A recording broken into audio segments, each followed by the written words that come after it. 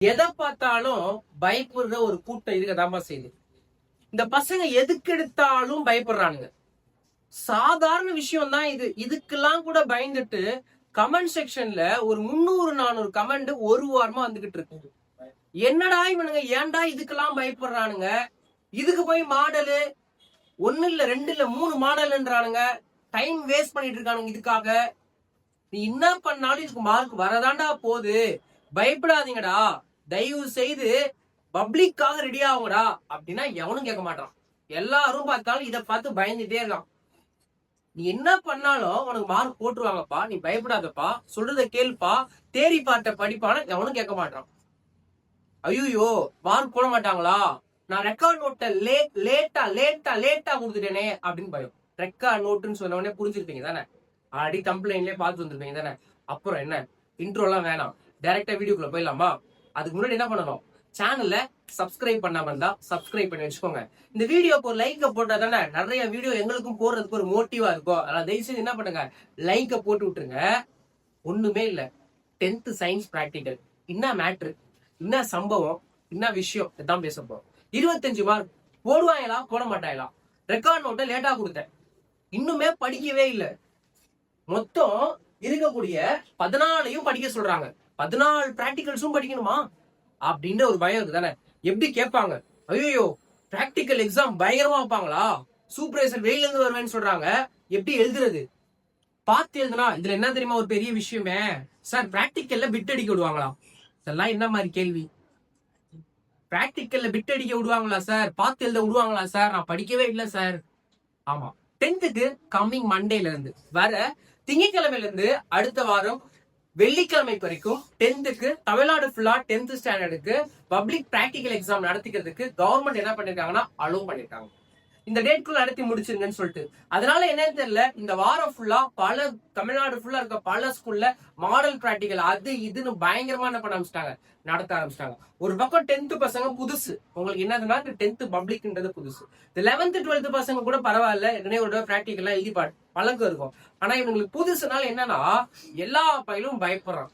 ஒரே ஒரு விஷயம் தான், பயப்பட வேண்டிய தேவையே இல்லை. 25 மார்க் பிராக்டிகலுக்கு கண்டிப்பா தமிழ்நாடு ஃபுல்லா இருக்கு, எல்லாருக்கும் போட்டுருவாங்க. உனக்கு 75% ஆஃப் அட்டெண்டன்ஸ் இருக்கணும். ஃபர்ஸ்ட் விஷயங்கள் ஒரு 5 விஷயங்கள் சொல்ல போறேன் உனக்கு 25 மார்க் பிராக்டிகல்ல போடுறதுக்கு.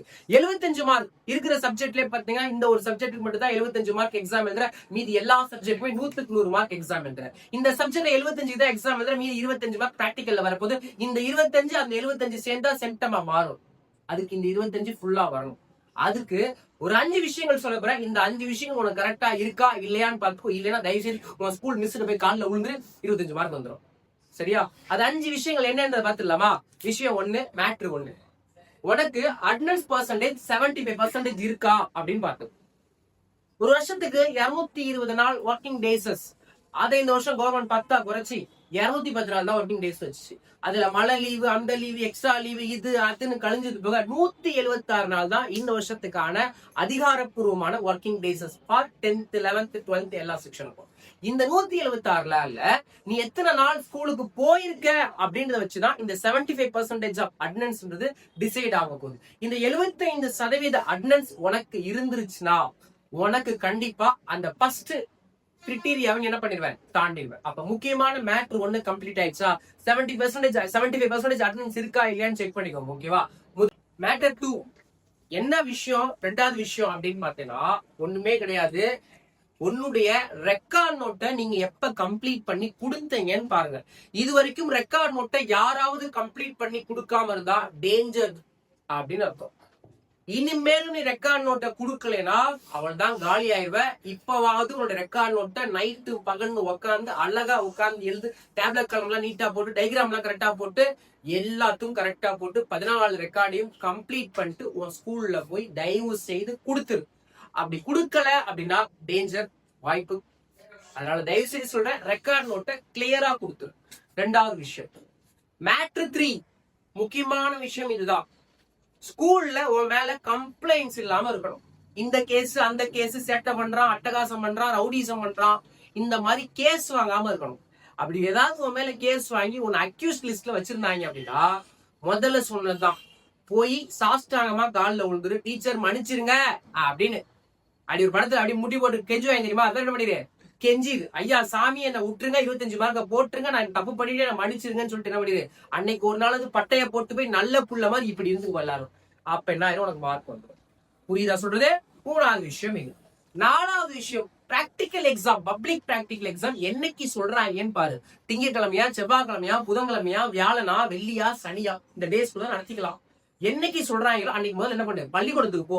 அன்னைக்கு லீவ் போட்டு வீட்டுல உட்காந்துன்னு வச்சுக்க, சோழி முடிஞ்சு போச்சு. அதுதான் வாய்ப்பில்ல ராஜா, தான் உன் நிலைமை. அதனால தயவு செய்து என்ன பண்ணிரு, அன்னைக்கு பிராக்டிக்கலுக்கு போயிரு ஒழுங்கா. ஓகேவா? நாலாவது விஷயம் டன்னா. அஞ்சாவது விஷயம், எல்லாத்துக்கும் நமக்கு பாத்தீங்கன்னா மொத்த பிராக்டிகல்ஸ் பாத்தீங்கன்னா 14 இருக்கு. பயாலஜில பயோபாட்னி, பயோஜுவாலஜி, பிசிக்ஸ், கெமிஸ்ட்ரின்னு சொல்லிட்டு ஒண்ணுல இருந்து ஒன்னு நம்ம எழுத வேண்டியது இருக்கும். ஓகேவா? மொத்தம் 25 மார்க் பிராக்டிக்கலை எப்படி பிரிப்பாங்கன்றது பின்னாடி சொல்றேன். முதல்ல இதை சொல்லியிருக்கேன். ஓகேவா? இந்த பிராக்டிக்கல் எக்ஸாம் அஞ்சாவது விஷயம் ரொம்ப ரொம்ப முக்கியமான விஷயம். இது இல்லைன்னா சோழி முடிஞ்சு போச்சு. ஆளுதான். என்ன தெரியுமா? பிராக்டிக்கல் எக்ஸாம் அல்ல, நீ போய் இந்த 4ஐயும் கண்டிப்பா நீ பார்க்காம எழுதிதான் ஆகணும். இந்த இடத்துல ஒரு சின்ன ஒரு விஷயம் சொல்லிட்டா, கண்டிப்பா நீ பார்க்காம எழுதிதான் ஆகும். இந்த 4 பிராக்டிக்கல் உனக்கு பிசிக்ஸ்ல இருந்து ஒண்ணு, கெமிஸ்ட்ரில இருந்து ஒண்ணு, பயோபாட்னில இருந்து ஒண்ணு, பயோஜுவாலஜில இருந்து ஒண்ணு கொடுத்துருவாங்க. இந்த 4லயும் ஒண்ணு கொடுத்துருவாங்க. அதை தரவாணி படிச்சு, இப்ப பயோபாட்னி, பயோஜுவாலஜில ஒரு டயக்ராம்ஸா இருக்கட்டும், பிசிக்ஸ் கெமிஸ்ட்ரில ஒரு டேப்லெட் காலமா இருக்கட்டும், இந்த அப்சர்வேஷன்ஸ் எல்லாத்தையுமே கடைசி ரிசல்ட் வர வரைக்கும் எல்லாத்தையும் ஒழுங்கா நீ போட்டு அழகா போட்டு வரைஞ்சி சூப்பரா கொடுத்துட்டேன்னா உனக்கு 20 மார்க் கன்ஃபார்ம். இல்ல அந்த நாளே நீ படிக்காம போனா ரொம்ப பெரிய டேஞ்சர்னு அர்த்தம்.